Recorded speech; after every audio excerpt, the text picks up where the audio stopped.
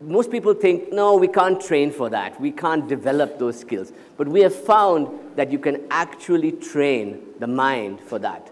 And I'm going to talk about that with you today. So we're calling it rewiring your brain, because one of the things you will find is that there has been, in the last 5 years, a tremendous amount of research in neurosciences. And there's this area of neurosciences called neuroplasticity. Neuroplasticity says that the brain is designed to be rewired no matter what age you're at. It means that when you are a child and you become an adult, you have a certain number of billions of neurons in your brain. That does not change. In fact, as you get older, the neurons start dying. But what they did find was that the synaptic pathways that link neurons together can keep going until your old age, until even into your 80s and 90s.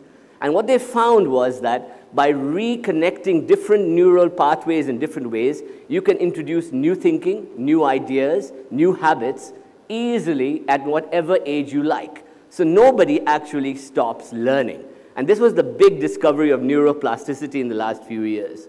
And when they did the research, they found that people that meditated, people that practiced mindfulness or techniques like that, or mental exercise, were off the chart in their capability of building new neural pathways. And people that were stressed out, or, there was a recent survey in England where they found that 80% of executives surveyed, and I'm sure this is the same number in India, felt that since 2008, the stress levels at the office had increased. They were firing people, they were dealing with new pressures of financial. So stress actually reduces the ability to build synaptic pathways. So we're going to look at these neuroplastic areas. Now, one of the big findings at the University of London recently was that they discovered that it takes 66 days to build a permanent new neural pathway, a new synaptic pathway. So I'm sure you've all heard the idea that you can learn a new skill, a new hobby, a new habit in 21 days. Well, the actual number is 66 days. It takes you 66 days to build a synaptic permanent path. So if you want to start a new habit, whether you're quitting smoking or taking up jogging, you have to do it for 66 days. All right. So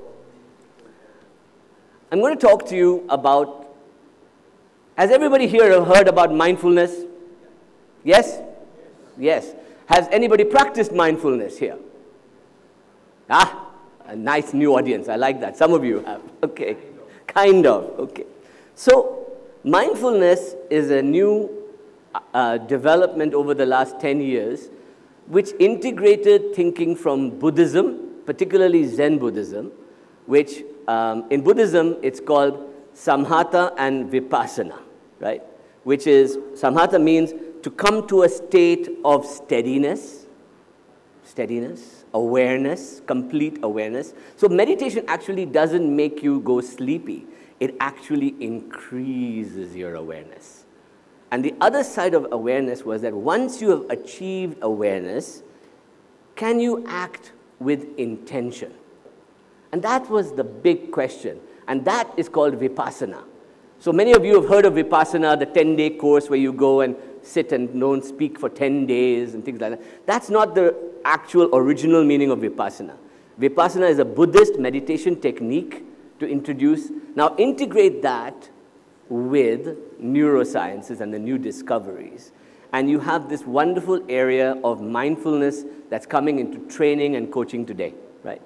And I think all of you in the next few years will hear more about this as we go along, right? So what I want to talk about is that mindfulness is awareness with intention. So when you think that you are, I want you to visualize this with me. Imagine, has everybody here seen The Matrix, the film? Yes? Yes, thank you.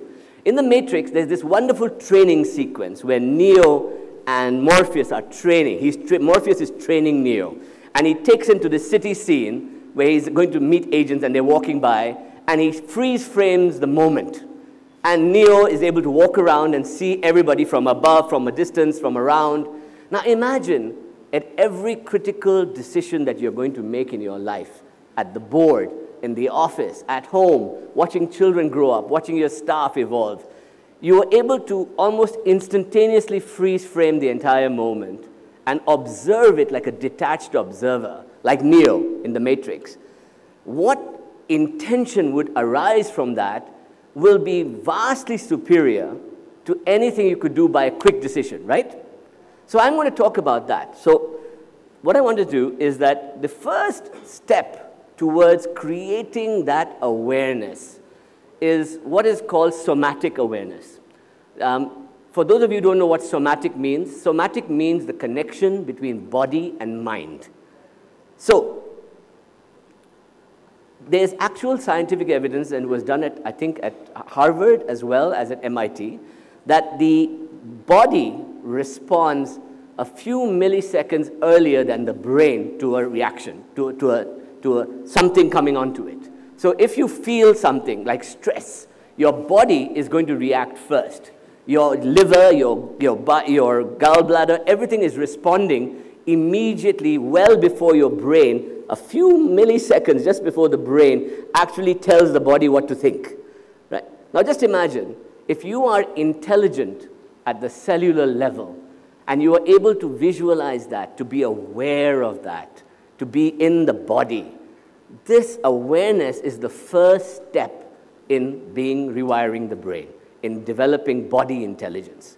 Now how can you do that? Well, in India we have yoga, there's Qigong, there's all kinds of martial arts you can try, or just simple exercises. In fact, let's do an exercise right now. Everybody put your feet firmly on the ground, both feet on the ground, right? And I want you to feel as if you're grounded. Try it out. I want you to feel grounded on the ground. Now, feel your backside sitting on the chair. Feel the weight of your body. In fact, if you want, close your eyes and just imagine your body sitting there. Are you aware of your body? Are you aware of the touch of your fingers or the slight breeze blowing from the air conditioning against your cheek? Are you aware of your fingers? Are you aware of the taste of the tongue on your lips? Put your tongue out and taste it. Are you aware of every sound in this room? Are you aware of the quiet inside you as you listen? Now just rub your hands together. Rub your hands together. Rub your hands hard, hard, hard, hard. Rub them hard, hard, hard, hard, hard, hard. And cover your eyes, cover your ears, and just feel yourself present in this moment. This is somatic awareness. This is using somatic, it includes, you can do yoga, you can dance, you can do jogging. To become physically present is the first step. That's what I want to leave with you. So start with the physical, right? The brain will actually have to follow. And the problem with the brain is that we're trying to train a very obstinate bugger. The brain is a very painful fellow. He does not want to be trained. He thinks he knows everything. He thinks he knows everything. He has read every book. He has learned everything. He knows that, oh, this is yoga, this is meditation, of course. No, no, no, no. We have to overcome that inherent luggage to get, so start with the body. The second step is that they found in all the study, and this we've known in yoga forever, but we are discovering it with neuroscience, is that breath is the best way to create a stillness in the mind, right? So the more you're able to, and one of the biggest practices of mindfulness is to deep breathe. If you're able to breathe in your body, and the simplest way to do it, and when you practice this, please think about this, is just to watch your breath coming in and going out. And that awareness of slowing down the breath will actually slow down the mental processes of your brain, right? And you will find that you are at a place where you become a detached observer watching your brain trying to solve the problems. And that's what breath does. Breath brings you back to your center, to your harmony, to your place in the middle from which you can act. Think of a samurai, a martial arts swordsman, holding his steady pose. And as it's complete stillness. Imagine before every decision you make, you're able to have that stillness. Well, you can. And it takes a few milliseconds, but you can get there before reacting. And I want you to keep that in your mind. What happens when you deal with your body, when you deal with your breath, is that you actually can trick the brain into stopping. And what does that mean? It doesn't mean, oh, now I'm stopped, I'm not thinking anymore, oh, I'm thinking. No, I'm not thinking, I'm thinking. No, it doesn't mean that.